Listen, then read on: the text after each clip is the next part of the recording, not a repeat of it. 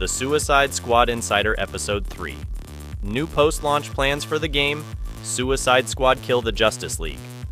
But before we jump in, I have set a goal to reach 5,000 subscribers before the Suicide Squad game releases. If you find value information in my contents, please subscribe, like, share my contents with everyone. Now, let's jump straight into the topic. In this video, we'll be discussing the new information about the game. That was posted by the Insider Episode 3. The video reveals that we can play as Joker. Will be a playable character in the game and explains that this version of the character differs from the one seen in previous Arkhamverse games. I will also share more info about the DLC content that will be released in Season 1 of the game, including new boss fights, enemy variants, a playable environment inspired by the Joker, and 2 new episodes featuring activities and missions. Additionally, the Seasons 2 to 4 will introduce new playable characters, environments, weapons, gear sets, activities, and mid-season updates. Speculations are made about possible characters that could be included, such as Iceberg and Dr. Freeze. This Insider Episode 3 focuses on customization options available in the game, such as skins, emotes, and outfits, drawing from the full deep exploration of DC Comics. The multiplayer aspect of the game encourages both cooperation and competition within the squad. You can compete for the highest score in missions, and the best player becomes the squad leader in co-op gameplay. Rocksteady aims to create a game that is accessible to everyone, while also allowing for deep exploration of gameplay and systems. There is also a taunt system and the ability to use equipment from other players in your squad.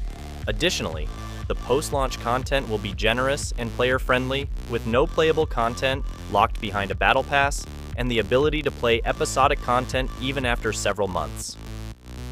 At launch, the game will offer a full story-driven campaign, with more cinematics than previous Arkham games.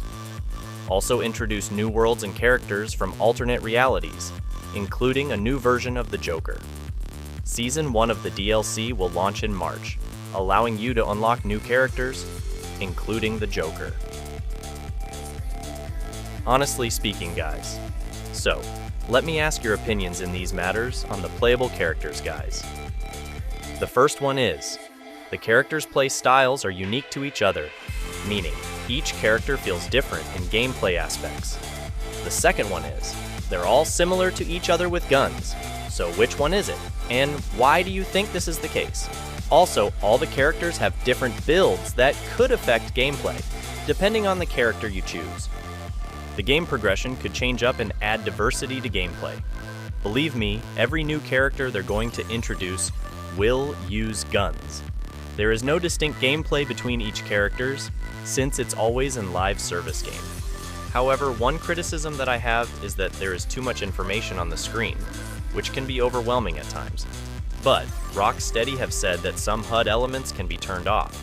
Another criticism is the lack of city life in the game, as there are few signs of civilians shown in the present cinematic trailer. The story presentation and the core gameplay, which focuses on movement and traversal, is not compelling enough to keep players engaged for hundreds of hours, is somewhat comparable to Marvel's Avengers game, which had a decent single-player campaign. However, I have doubts its potential as a long-lasting live service game. The combat mechanics, they're all about moving and positioning in battles. But let me tell you, there's a real lack of diversity in them generic weapons they got. I'm hoping for something more interesting and unique in the full game. Now, don't get me wrong, but truth be told, I highly doubt this game's gonna make it as a successful live service game. The talk around live service games has always been deep web with no loop end. There have been plenty of games that have failed, and some that have brought it back, so Rocksteady should learn from this, but they still haven't. Personally, I hope that the game is given a fair and good enough polish to the gameplay and treated appropriately if it actually turns out to be a good live service game. We knew that it was going to be a controversial game because it's not a superhero game. Suicide Squad Kill, the Justice League hands-on impressions were posted on YouTube by various new influencers already. The previews were mostly negative. I don't think I can remember seeing previews for such a big game be so negative. Like usually they're somewhat positive or are just neutral. but most of these are just outright saying the game isn't good. Hard to believe this is from the same studio that revolutionized the superhero video game genre, but I am guessing that not much of the old team is working on it. Most of them left the studios already. Why are these studios is jumping to live service games, and continually missing the fundamentals every time. The Avengers game felt like shit. Redfall felt utterly garbage. In 2023. After watching the trailers, I was honestly gonna say, the UI alone is some of the biggest dog shit I've ever seen. 8 years of waiting after Arkham Knight and we get this run of the Amanda Miller live service shit that will get shut down within 2 years and might take the studio with it as well. The worst thing is that I think the game would work if they didn't have the most bland open world shooting aspects in it. Each character should have a unique gameplay style. That would work and be more in line with Rocksteady's Batman games. Besides, how else are they going to sell their loot microtransactions if most of your main characters don't use guns? To me, it looks like it's a combination of the live service thing and people being unable to cope with the idea that Rocksteady is making something different than they wanted. The reason I say this is because almost every negative comment I read about this game uses a version of one of the above points as a part of its negative comments. I am not saying their opinions are invalid, but I wish the conversation could just be more about the actual gameplay, because from what I'm seeing, it looks like a competently made, open world with an interesting DC license slapped onto it. I still do not understand who this game is for. What is the audience? Why is it even being made? How did WB not learn a single thing after Gotham Knights? This suite is a mental disease that forces people to make bad decisions time and time again. I agree WB is dumb as fuck for making them do some live service shit with the fucking Suicide Squad as their next game.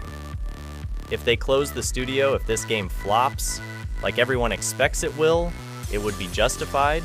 They made this game at the end of the day. The core gameplay does not accurately represent the Suicide Squad, and in that sense, it's already failed at playing to Rocksteady's greatest strength before it's even out. I feel bad for the Rocksteady due to the backlash. This feels like the publisher not knowing what the gaming community wants. Remember to like, comment, and subscribe to ensure you never miss any of the channel contents. As always, thank you for watching. Until next time, peace out. Didn't you hear? We're out on good behavior. Task Force X. Who are we killing? The Justice League. Show me what you got. Going airborne! Boom! How you feeling, Floyd? Ready to kick your ass. You think you can stop us? Let's dance! I thought working together would be a train wreck, and you do not disappoint! Together, we are unstoppable.